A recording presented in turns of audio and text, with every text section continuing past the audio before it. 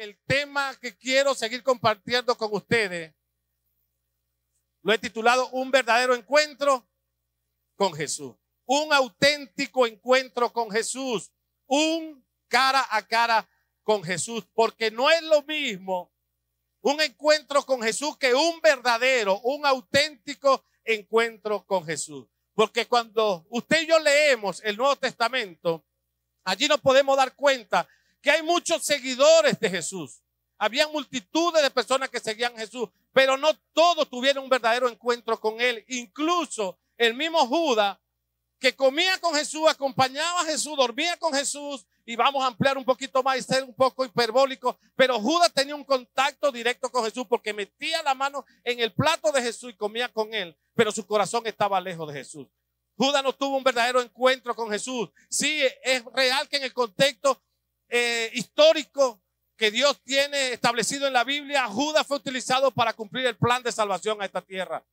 Pero Judas no tuvo ese verdadero encuentro. Otros que no tuvieron verdaderos encuentros con Jesús y que fueron seguidores de Jesús fueron los fariseos, los escribas, los falsos maestros, los 9 de los 10 leprosos que Jesús sanó, el joven rico. Todo esto eran seguidores de Jesús, pero no tuvieron un verdadero encuentro con Jesús. Pero también la Biblia registra hombres y mujeres que siguieron a Jesús, pero tuvieron un verdadero encuentro con él. Y entre eso está Pedro, está Pablo, está Ananías, Mateo, Zaqueo, la mujer samaritana. Y uno solo de los 10 leprosos tuvo un verdadero encuentro con Jesús. Ahora la pregunta es, ¿eres del grupo o somos del grupo de los fariseos y los escribas y del joven rico? ¿O nosotros pertenecemos al grupo del apóstol Pablo, de Ananías, de Pedro, de Zaqueo, de Mateo? ¿A qué grupo perteneces? ¿A qué grupo pertenezco? ¿Está tu corazón lejos del corazón de Dios? ¿O está tu corazón alineado a la voluntad de Dios? Y esa es una pregunta de reflexión o de evaluación.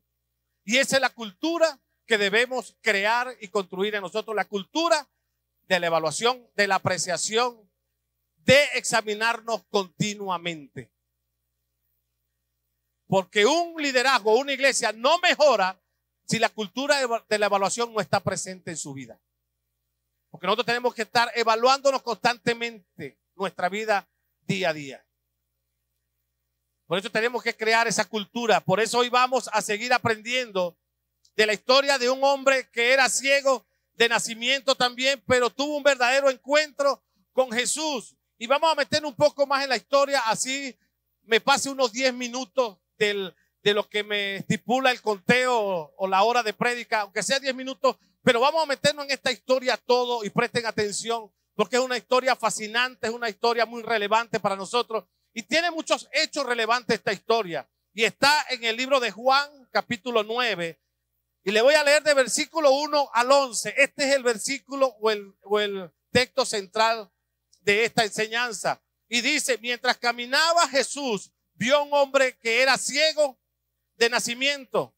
Y estos discípulos le dicen, Rabí, ¿por qué nació ciego este hombre? ¿Fue por sus propios pecados o por los de sus padres? Y Jesús le responde, no fue por sus pecados ni tampoco por los de su padre. Contestó Jesús, nació ciego para que todos puedan ver el poder de Dios en él.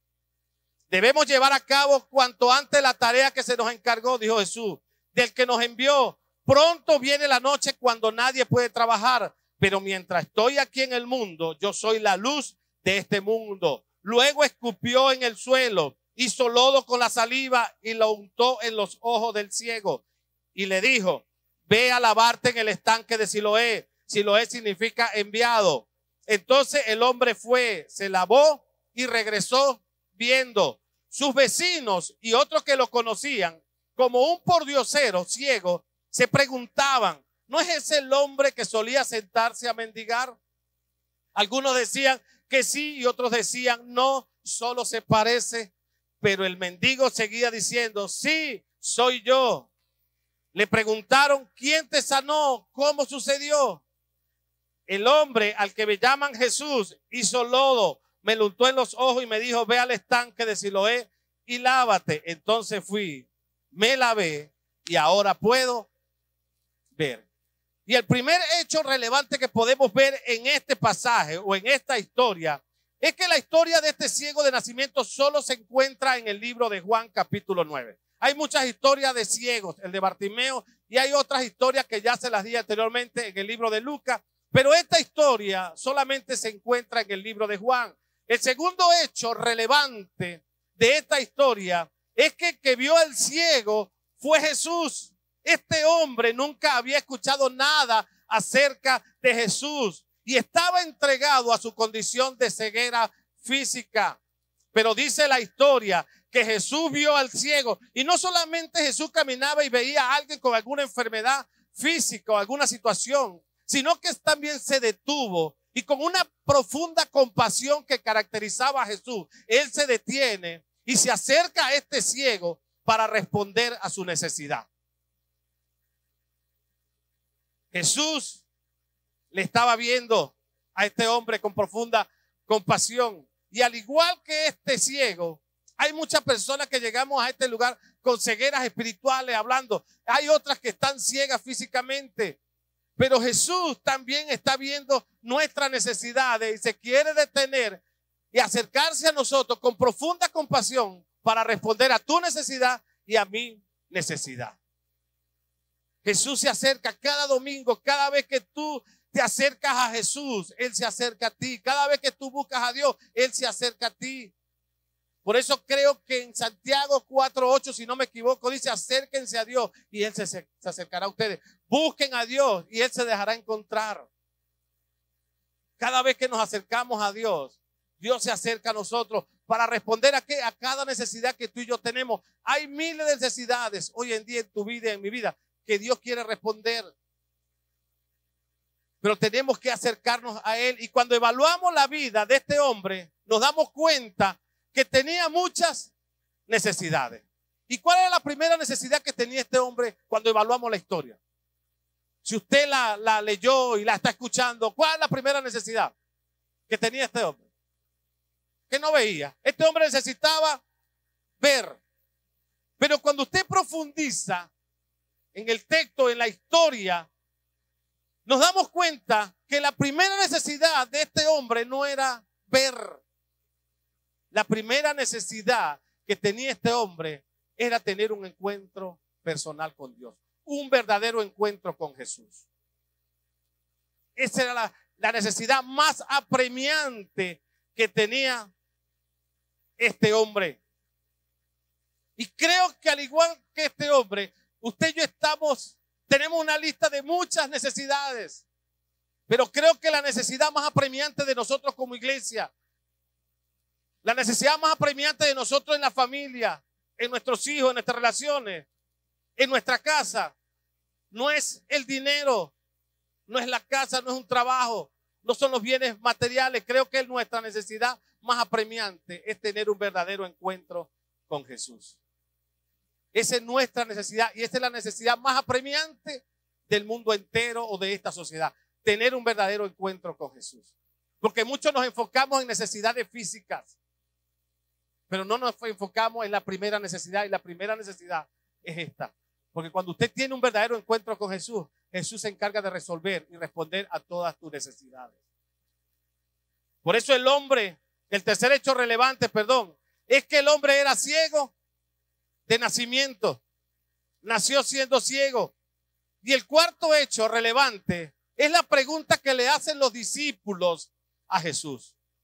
Por eso la Biblia dice en el versículo 2, ¿por qué nació ciego este hombre? Le preguntaron los discípulos, ¿fue por sus propios pecados o por los de su padre? ¿Y de dónde creen ustedes que surge esta pregunta de estos discípulos? Esta pregunta tiene su origen. Y esta pregunta surge de la misma cultura judía. Los judíos tenían como cultura siempre caminar, y se lo predicó la pastora el viernes pasado. Los judíos tenían como cultura caminar en explicación y no caminaban bajo las enseñanzas y las promesas de Jesús. Y de allí proviene la pregunta de sus discípulos. Estos discípulos que aún siendo seguidores de Jesús sostenían esta cultura. ¿Cuántas personas, seguidores hay de Jesús en esta temporada, en la actualidad? Y aún en la iglesia están llenas de seguidores. Y aún siendo seguidores de Jesús, seguimos caminando en esta cultura de la explicación constante y continuamente. Siempre buscándole una explicación a las cosas. Y esta cultura que tenían los judíos era lo que estaba limitando a los discípulos ver la gloria y el poder de Dios sobre sus vidas. Era una cultura de religiosidad. Esto le impedía, lo limitaba a reconocer y ver el poder sanador y transformador que salía de Jesús. Y esa es muchas veces nuestra cultura. Como iglesia tenemos esa cultura, la misma cultura que los judíos. Y a veces le hacemos tantas preguntas al Señor como se lo hacían los discípulos, porque estamos tan acostumbrados a caminar en esa cultura del cómo, el cuándo y el porqué de las cosas. Porque siempre andamos buscando una interrogante, una explicación a Dios, el por qué suceden tantas cosas. ¿Usted cree que no hay personas en este lugar o en este momento preguntándose el por qué le sucedió esa situación a esos 2 jóvenes que murieron esta semana? ¿El por qué, Señor? ¿Por qué jóvenes siendo tan buenos estudiantes, jóvenes con un futuro para él? ¿Por qué, Señor? ¿Por qué suceden las cosas? Y esa es nuestra cultura. Y la respuesta es que la sociedad le ha dado la espalda a Dios. La sociedad le ha dado la espalda a Dios. Y la maldad sale del corazón del ser humano. Por eso les dije, pendiente de nuestros hijos, pendiente de nuestro corazón, que hay en nuestro interior. Porque lo que hay en nuestro interior se va a manifestar en nuestro exterior. Hay jóvenes que todavía caminan con conflictos internos llenos de ira, de resentimiento, de depresiones. Porque hay jóvenes y adolescentes a la edad de 12, de 13 años depresivos en estos momentos, mi querida iglesia. Y todo por la falta de paternidad que hay en casa. Ausencia de paternidad se llama eso. Y la gente no quiere entender que si no estamos bajo paternidad no podemos cumplir la paternidad en el cielo. Y los bienes materiales y el dinero que puedas tener no va a sostener la vida de tus hijos. La van a sostener llenando las 5 necesidades básicas que los hijos tienen de un padre. Que es brindarle seguridad, el afecto, que es darle valor a los hijos, aceptarlos tal como son, darle importancia y valor a los hijos, compartir tiempo con sus hijos. 5 necesidades básicas que hay. Y todavía nos preguntamos, Señor, ¿por qué? Es muy fácil preguntarle al Señor y buscar explicación de las cosas. Pero muchas veces las cosas suceden por decisiones propias. Otras suceden por situaciones inesperadas, pero suceden. Porque nosotros acostumbramos a caminar en esa cultura del por qué, el cuándo y para qué. Y esta cultura de la explicación, si nosotros continuamos caminando en esta cultura, siendo seguidores de Jesús, esta cultura, mi querida iglesia, nos va a limitar a reconocer y ver el poder transformador y sanador de Dios en tu vida y en mi vida. Esto nos va a limitar. Por eso, iglesia, en esta temporada tenemos que dejar de caminar en explicación. Tenemos que dejar de caminar el por qué, el cuándo, el para qué y hasta cuándo, Señor, como hacía el profeta Habacuc, y comenzar a caminar en las promesas de Dios. Vamos, predique conmigo y dígale al que está a su lado, camina en Romanos 10:11. Dígale, camina en Romanos 10:11. Predíquele, Nelson, a Paola. Dígale que confíen en el Señor, no serán avergonzados. Dígale, Romanos 10:11. Vamos, caminen en Romanos 8:37. Somos más que vencedores en Cristo Jesús. Vamos, caminen en Filipenses 1:6. El que comenzó la buena obra en nosotros, Dios la va perfeccionando cada día. Vamos, camine en Filipenses 4:13. Todo lo puedo en Cristo que me fortalece. Vamos, camine en Filipenses 4:19. Dios suplirá todo lo que te hace falta en Cristo Jesús. Vamos, camina en Ageo 2:9. La gloria postrera de tu casa y de esta casa será mayor que la primera. Ahí tenemos que caminar, iglesia, en las promesas de Dios. Y declarar las promesas de Dios cada día. Porque lo que tú declaras, de esos mismos frutos que tú declaras, de esos mismos frutos te vas a alimentar. De esos mismos frutos vas a comer. Si tú vives tu vida quejándote, el por qué, el cuándo, el para qué, y con queja y rabia cada día, de esos mismos frutos que salen de tu boca, de esos mismos frutos te vas a alimentar y vas a comer. Porque nuestra boca o nuestra lengua es como pluma escribiente en el mundo espiritual, que los ángeles lo toman cuando tú declaras la promesa de Dios. Lo toman para bien y lo ejecutan a favor de tu vida, de tu familia y de tus hijos. Pero también cuando declaras lo malo, las tinieblas lo agarran y la ejecutan en contra de tu vida. Por eso hay poder en nuestra boca. Los discípulos estaban intentando encontrar la razón por la cual este hombre era ciego. Por eso le dicen: Rabí, ¿por qué este hombre nació ciego? ¿Por qué este hombre está enfrentando esta enfermedad?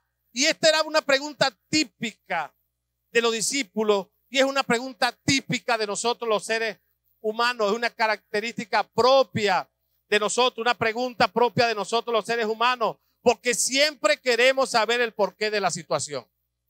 Nosotros siempre queremos saber el porqué de las situaciones y de allí surge preguntas más comunes en nosotros. Y usted siempre, creo que usted ha repetido esto: ¿por qué me sucede esto a mí, Señor? ¿Qué cosa tan mala he hecho para estar pasando por esta situación? ¿Por qué estoy pasando por esto, Señor? ¿Hasta cuándo voy a soportar esta crisis? ¿Por qué siempre me sucede a mí y no a mi vecino? ¿Por qué me sucede esto a mí y no le sucede a un compañero de mi trabajo? Porque involucramos a otro. Y hacerle esta pregunta al Señor, según la Biblia, es una inmadurez espiritual. Porque la pregunta correcta es: ¿para qué estoy pasando por esta crisis? ¿Para qué estoy enfrentando esta situación? ¿Qué puedo aprender, Señor, de este desafío y de esta prueba? ¿Qué puedo aprender en medio de este desierto? Y esa es la pregunta correcta que debemos hacer. ¿Para qué, Señor? Y no el por qué, ni el cuándo, ni el cómo, ni el hasta cuándo, sino el para qué. La Biblia dice en Romanos 8:28, y sabemos que a los que aman a Dios, ¿cuántos aman a Dios en esta mañana? Entonces tú debes saber, si tú amas a Dios, todos debemos saber que las cosas que nos suceden, aún las crisis y los desiertos, obran para bien. Tu desierto y tu crisis que estás viviendo obra para bien. Porque la crisis y el desierto nunca va a estar para destruirnos, sino para ver un mayor y eterno peso de gloria en nosotros. Para eso Dios permite la crisis, para manifestar su poder. Porque Dios se manifiesta es a través de las crisis. Y sabemos que a los que aman a Dios todas las cosas nos ayudan para bien. Esto es a los que conforme a su propósito son llamados. Por eso, mi querida iglesia, todo desafío debemos convertirlo en un periodo de aprendizaje. Todo desafío, toda tormenta, todo desierto que podamos enfrentar, tenemos que convertirlo en un periodo de aprendizaje. ¿Para qué estoy pasando esto, Señor? ¿Qué me estás enseñando? ¿Para qué estoy pasando esto? Para enseñarme a depender más de ti, acercarme más a ti. Ahora escuchen bien la respuesta que Jesús les da. No fue por sus pecados, le dijo Jesús, ni tampoco por lo de sus padres. Nació ciego para que todos vieran el poder de Dios en él. En otras palabras, lo que Jesús le estaba diciendo a sus discípulos: no me pregunten el por qué. Vamos, desechen esa cultura. Mira lo que Jesús le estaba diciendo: desechen esa cultura de estar caminando en explicación. Esto sucede, le dijo Jesús, para que la obra de Dios, para que la mano de Dios, para que el poder de Dios y la gloria de Dios se haga evidente en ese ciego. Esto significa, mi querida iglesia, que muchas veces nosotros, al igual que los discípulos, no vamos a entender el porqué de las situaciones que enfrentamos. Pero lo que sí quiero que entiendas en esta mañana, iglesia, por medio de esta prédica, es que no importa cuál sea la tormenta que estés pasando, no importa cuál sea el desierto que estés enfrentando, no importa el desafío que estés atravesando, este no es tu final de lo que Dios tiene destinado para ti. Este no es el final, sino que la crisis y la situación que estás enfrentando es para ver la mano de Dios, la obra de Dios y el poder de Dios derramado sobre tu vida y sobre la crisis que estás enfrentando. Para eso sucede. Por eso tenemos que aprender, mi querida iglesia, a ver los desafíos como una oportunidad para que Dios manifieste su poder transformador y su poder sanador. Porque la única forma en que Dios manifiesta su poder es a través de la crisis. Por eso el cuarto hecho relevante es, o el quinto, es que la forma en que Dios se manifiesta. Ese es el quinto hecho relevante, creo que van 5. Es la forma como Dios se manifiesta en la vida de este ciego. Y escucha lo que dice el versículo 6. Luego escupió en el suelo. Esta fue la manera de manifestarse Jesús en la vida de este ciego. Escupiendo en el suelo, hizo lodo con la saliva y lo untó en los ojos del ciego. A veces no conocemos la metodología ni el procedimiento de Dios para con nosotros. A veces creemos que lo que Jesús nos pueda mandar a hacer, a veces nos vemos como tedioso o lo vemos como un desafío, una prueba muy fuerte, y no sabemos que ese es el procedimiento que Jesús está usando o Dios está usando para traer sanidad sobre tu vida.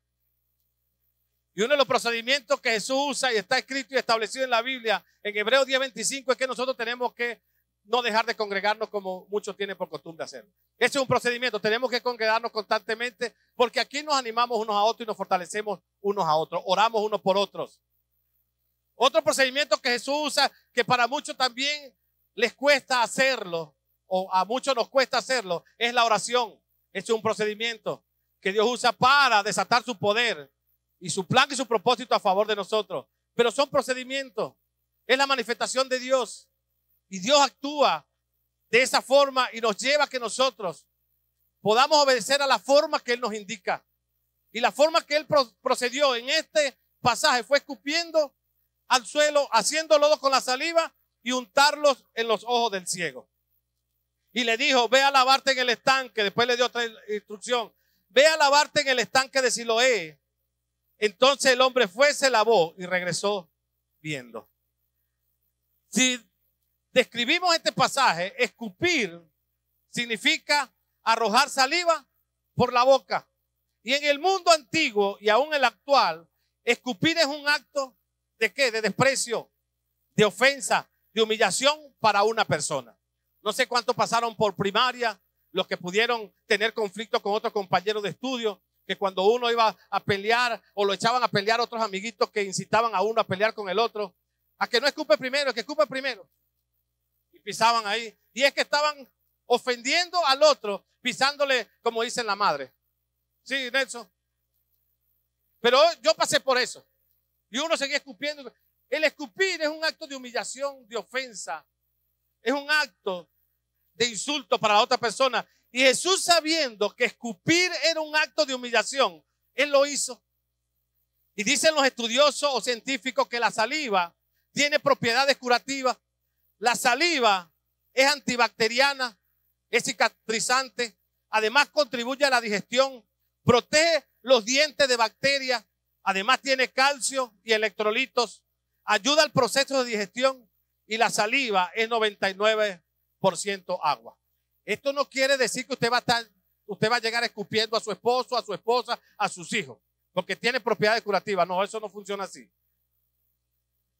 Estamos dando solamente las propiedades curativas que tiene la saliva. Y no vaya a usar el método de Jesús. Solamente que el Señor lo dirija. Pero tampoco es para que usted empiece a escupir a la gente. Ahora, los que estamos casados sí podemos besar a la esposa. Porque la saliva ahí tiene propiedades curativas y ahí haya sanidad, los dientes se nos pongan más blancos. Por eso esta historia es fascinante. Lo que Jesús hizo fue impresionante.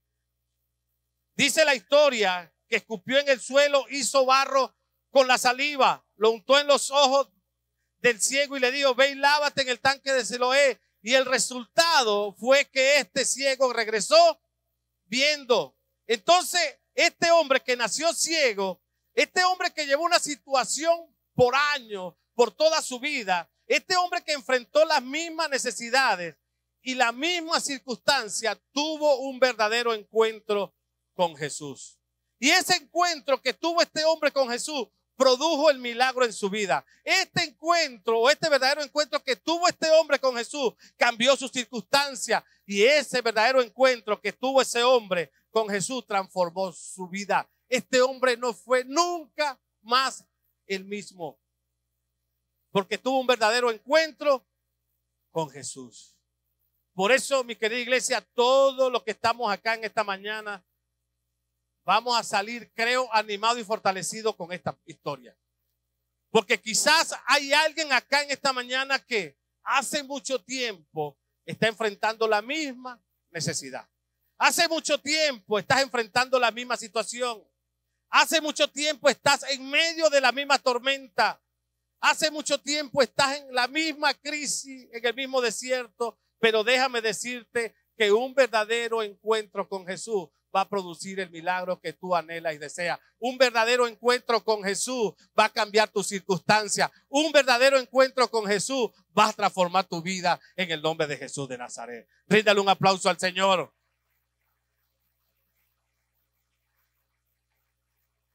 Solo un minuto, escuche bien, iglesia, solo un minuto con Jesús va a traer respuesta a tu vida. Solo un segundo con Jesús te abrirá la puerta y tu vida no será igual. Esto significa que tu vida tendrá un antes y un después. Y por eso la gente lo notará. Porque la unción, y me gustó porque conectamos la canción con esta prédica, la unción en este ciego llegó para quedarse. El fuego llegó sobre este ciego y consumió toda enfermedad. El fuego y la unción de Dios llegó a nuestra vida, a nuestra casa, iglesia, para quedarse. Y esa unción va a quemar todo lo malo que hay en nuestras vidas. Por eso algunos decían, escuche esto, algunos decían que sí y otros decían que no. Solo se le parece. Esto era la gente que estaba alrededor de este ciego, que lo vieron por años mendigando en ese camino, por años de nacimiento, ese hombre ahí. Y muchos quedaron atónitos y sorprendidos y cuando lo vieron decía, ese es, no, ese no es, no, solo se parece. Pero el mendigo seguía diciendo, soy yo. Le preguntaron, ¿quién te sanó? ¿Cómo sucedió? Y él les dijo, el hombre al que llaman Jesús hizo lodo, me lo untó en los ojos y me dijo, ve al estanque de Siloé y lávate. Entonces fui y me lavé y ahora puedo ver. Y en vez de celebrar el milagro ocurrido en este hombre, que por años fue conocido como un mendigo ciego, los vecinos y los que lo conocían se sorprendieron y reaccionaron con escepticismo. Los fariseos también reaccionaron con incredulidad y prejuicio. La familia, según la historia, actuó con temor. Y este hombre actuó de una manera diferente, actuó con fe, con una fe creciente, porque cuando usted va al versículo 11, él dice, ese hombre fue el que me sanó, pero en el versículo 17, ese profeta le dice el ciego, y en el versículo 38 le dice, el Señor me sanó. Una persona, mi querida iglesia, un matrimonio, una iglesia que ha tenido un verdadero encuentro con Jesús, escuche bien, no permite que las opiniones de otros anulen el poder transformador y su verdadero encuentro con Jesús. Una iglesia, un joven, una mujer, un hombre de esta casa que ha tenido un verdadero encuentro con Jesús, no permite que las opiniones de gente externa de afuera anulen el poder de tu encuentro con Jesús. Nada puede anular el poder de nuestro encuentro con Jesús. Las opiniones de otros no. Por eso en Juan 9, 24, 25, por segunda vez llamaron al hombre que había sido ciego y le dijeron, es Dios quien debería recibir la gloria por lo que ha pasado, porque sabemos que ese hombre, Jesús, es un pecador. Y él dice, yo no sé si es pecador o no. Respondió el hombre, pero lo que sé es que yo antes era ciego y ahora puedo ver. Este hombre ciego no permitió que las opiniones de otros anularan el poder de su encuentro con Jesús. Por eso él responde, yo no sé si es un pecador, respondió, pero lo que sí sé es que antes era ciego y ahora puedo ver. Este hombre ciego se determinó a vivir no por las opiniones de otros, sino conforme a lo que Jesús hizo en su vida. Tú y yo no podemos vivir por las opiniones de la gente. La gente que hable lo que quieran hablar. Pero yo sigo viviendo según el propósito y los planes que Dios tiene destinado para mí. Yo voy a seguir caminando y viviendo conforme a lo que Jesús ha hecho en nuestra vida.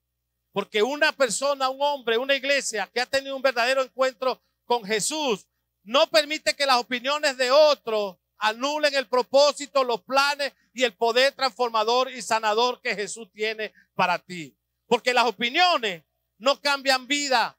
Las opiniones no edifican iglesia. Las opiniones no edifican matrimonio. Opiniones hay por todos lados. No debemos vivir por las opiniones de otros, sino conforme a lo que Dios ha hecho y seguirá haciendo en ti, en tu casa, en tu vida y en esta iglesia en el nombre de Jesús. Conforme a eso debemos vivir. Porque tú y yo podamos responder como este hombre. Que tú y yo podamos responder como respondió este hombre. Lo único que sé es que antes era un drogadicto, pero Jesús me libertó. Lo único que sé es que antes era un alcohólico y Jesús sanó mi vida. Lo único que sé es que mi vida antes estaba vacía y Jesús llegó para llenar ese vacío. Lo único que sé es que mi matrimonio antes estaba roto y Jesús lo restauró. Lo único que sé es que antes no podía tener un hijo, pero Jesús nos dio el milagro de Jesús Jaciel como hijo. Que todos podamos decir, como dijo este ciego, antes era ciego espiritualmente, pero Jesús derragó el velo y me hizo ver la vida y mi familia de una manera muy diferente. Usted no puede estar caminando por las opiniones de los demás. Que los demás hablen porque quieran hablar, pero que usted no dé pies a que la gente hable. Pero tenemos que seguir caminando en esta temporada, iglesia, conforme a lo que Jesús ha hecho y a lo que Jesús seguirá haciendo en nosotros, en tu casa, en tu vida, en tus hijos, en tu familia. Y si no lo ha hecho, un verdadero encuentro tuyo con Jesús va a restaurar y va a sanar y va a transformar la vida de los tuyos en el nombre de Jesús. Y aún por muy difícil que tú lo veas, a esa persona que Dios no puede hacer algo, al que cree, dice la Biblia, todo le es posible. Dios puede hacer cosas grandes que tú no te imaginas ni crees, pero tú creyéndolo, lo vas a lograr ver en el nombre de Jesús. Por eso, mi querida iglesia, la unción, la verdad, la gracia, el favor y el poder sanador y transformador de Jesús llegó para quedarse en nosotros. Esa unción llegó para quedarse. Una iglesia, una persona, un hombre que ha tenido un verdadero encuentro con Jesús siempre responde con adoración. Siempre respondemos con adoración. El único de los 10 leprosos se devolvió y respondió con adoración a Jesús. De 10 que sanó, solo uno. Una persona que ha tenido un verdadero encuentro con Jesús, siempre en esta casa va a responder con adoración. Y responder con adoración no es que solamente tú levantes las manos en esta casa y te conectes en adoración con el corazón de Dios, sino que tú lleves una vida constante y continua de adoración a Dios donde quiera que tú camines. En tu casa, tu manera de comportarte y de actuar demuestra o refleja si verdaderamente eres un adorador de Dios. La manera como tú hablas, la manera como tú te diriges, la manera como tú corriges, está reflejando en ti si verdaderamente eres un verdadero adorador de Dios. Pero una persona que ha tenido un verdadero encuentro con Jesús responde con adoración. Por eso yo no dejo de responderle a Dios con adoración. Constantemente le respondo a Dios con adoración. ¿Soy perfecto? No, pero todos los días le respondo a Dios con adoración. Vengo a este lugar y me conecto en adoración con el Señor. Y me quebranto y lloro, no es porque esté en pecado, sino por lo que Dios ha hecho y sigue haciendo en mí. Porque la cultura también de los judíos, en aquellos tiempos, cuando veían a alguien quebrantado, llorando, pensaban que era un pecado muy grande que tenían. No, uno no se quebranta solamente por la crisis que vive, sino de alegría y de agradecimiento hacia Dios por lo que Dios sigue haciendo en nuestras vidas. Cómo Dios sigue mostrando su misericordia en medio de esta crisis que estamos viviendo. Cómo Dios sigue mostrando su favor y su gracia y su unción en esta temporada difícil que estamos enfrentando. Porque Dios todavía nos sigue sosteniendo. Por eso una persona, una iglesia que ha tenido un verdadero encuentro con Jesús, le adora en todo momento. A veces acostumbramos a adorar a Dios cuando las cosas nos salen bien. Cuando las ventas tuvieron espectaculares en el día en el negocio. Ahí sí le adoramos a Dios y le damos gracias a Dios y nos vamos contentos a casa. Pero cuando te va mal, igual tienes que responder con la misma adoración. Señor, gracias. Porque hoy, aun cuando me haya ido mal, mañana, Señor, será otro día y me levantaré con la expectativa de que ese día será mejor que hoy. Pero en todo tiempo, una persona que ha tenido un verdadero encuentro con Jesús lo adora en todo momento. Por eso el salmista David en el Salmo 34 dijo: bendeciré a Jehová en todo tiempo. El salmista David estaba convencido que su adoración también manifestaba el poder de Dios. Ese salmista, David, también tuvo un verdadero encuentro con Jesús. Por eso adoraba al Señor en todo momento. Una persona que ha tenido un verdadero encuentro con Jesús lo adora en las buenas y en las malas. Cuando hay dinero o cuando no lo hay. Cuando hay pan en la mesa o cuando no lo hay. Cuando hay gasolina o cuando no haya gasolina. Le adoramos a Dios. Cuando una persona tiene un verdadero encuentro con Jesús, reconoce que su adoración no está fundamentada en las circunstancias, sino que nuestra adoración está basada en que antes éramos ciegos, de que antes estábamos vacíos, de que antes estábamos en el pecado y ahora somos libres en Cristo Jesús, porque la unción llegó en nuestras vidas para quedarse en el nombre de Jesús. Esa unción de la verdad llegó en nuestras vidas y llegó para traer libertad. Por eso tu adoración y mi adoración no puede estar basada en circunstancias, sino en que antes éramos ciegos y ahora podemos ver. En que antes estábamos perdidos, pero ahora somos salvos. En que antes no teníamos propósito de vida, pero ahora Dios nos ha entregado un destino divino. Una persona que ha tenido un verdadero encuentro con Jesús, su adoración debe estar basada en quién es Jesús.